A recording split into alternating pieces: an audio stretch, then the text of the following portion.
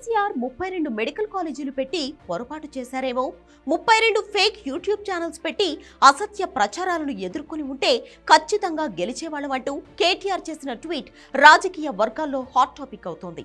కేటీఆర్ అహంకార ధోరణిపై సోషల్ మీడియాలో జనం దుమ్మెత్తిపోస్తున్నారు.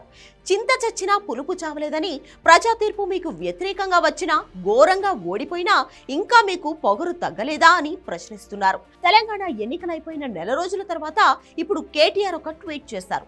ఎన్నికల ఫలితాలపై సమీక్షిస్తుంటే ఆసక్తికరమైన విషయాలు అర్థమవుతున్నాయి.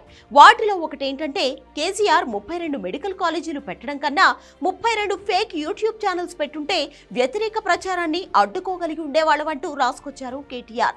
దీన్ని కాంగ్రెస్ వాళ్ళు పెద్దగా పట్టించుకోకపోయినా నెటిజన్లు మాత్రం కేటీఆర్ అహంకార ధోరణిపై మండిపడుతున్నారు. 32 మెడికల్ కాలేజీలు మీ తాత సొమ్ముతో పెట్టారా? అది జనం సొమ్ము. నువ్వు పెట్టకపోతే వేరేవాడు వచ్చి పెడతాడు. అదేదో మీ ఆస్తులమ్మి జనానికి దానం చేసినట్లు బిల్డప్ ఇస్తున్నావే అని కామెంట్ చేశారు కొందరు. జనం తీర్పుని గౌరవించలేని వాడు ఇలాంటి డొంక తిరుగుడు సమీక్షలు చెప్పుకుంటాడని మరికొందరు విమర్శించారు. తెలంగాణ ఏర్పడక ముందు ఏకతోక లేని వాడివి సొంతంగా పత్రికలు, ఛానల్స్ ఎక్కడి నుంచి పెట్టావు? అవి ఫేక్ పత్రికలు, ఫేక్ ఛానల్స్ కాదా? వాటిని అడ్డం పెట్టుకుని వేల కోట్ల అవినీతికి పాల్పడలేదా? ప్రతిపక్షాలను దుమ్మెత్తిపోయలేదా? పత్రికలు, ఛానల్స్ పెట్టడానికి మీకు వేల కోట్లు ఎక్కడి నుంచి వచ్చాయి? ఇలాంటి ప్రశ్నలతో కేటీఆర్ ని కుమ్మేశారు నెటిజన్లు. ఎన్నికలకు ఏడాదికి ముందే స్వయంగా కేటీఆర్ తెలంగాణలో 70 యూట్యూబ్ ఛానల్స్ కొనుగోలు చేసిన విషయాన్ని మరికొందరు గుర్తు చేశారు. రకరకాల యూట్యూబ్ ఛానల్స్ ని మీరే లక్షలు పోసుకొని మీకు అనుకూలంగా, ప్రతిపక్షాలకు వ్యతిరేకంగా నడపలేదా?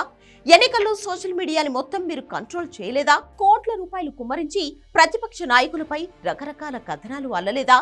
గురవింద గింజ తన కింద ఉన్న నలుపు గురించి తెలుసుకోదంట. అలా ఉంది కేటీఆర్ వ్యవహారం.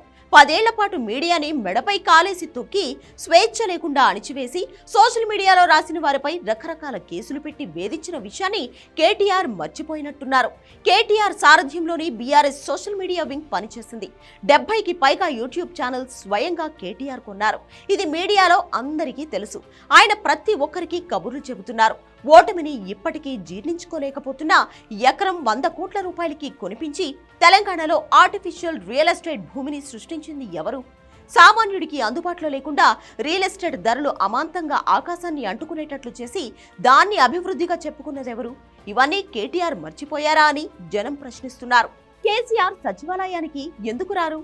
ఎందుకు సామాన్య జనాన్ని, నాయకుల్ని కలవరు? వీటికి కేటీఆర్ దగ్గర స్పష్టమైన సమాధానం ఉందా అని నెటిజన్లు నిలదీస్తున్నారు.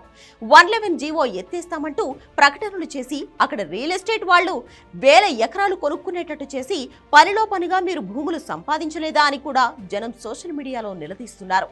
కేటీఆర్, కేసీఆర్, సంతోష్ రావు, హరీష్ రావుకు, వాళ్ల కుటుంబ సభ్యులకు ప్రైవేట్ కంపెనీలు పెట్టుబడులు పెట్టే సామర్థ్యం ఎలా వచ్చింది? బంజారాహిల్స్ లో ఇల్లు ఎక్కడి నుంచి వచ్చింది?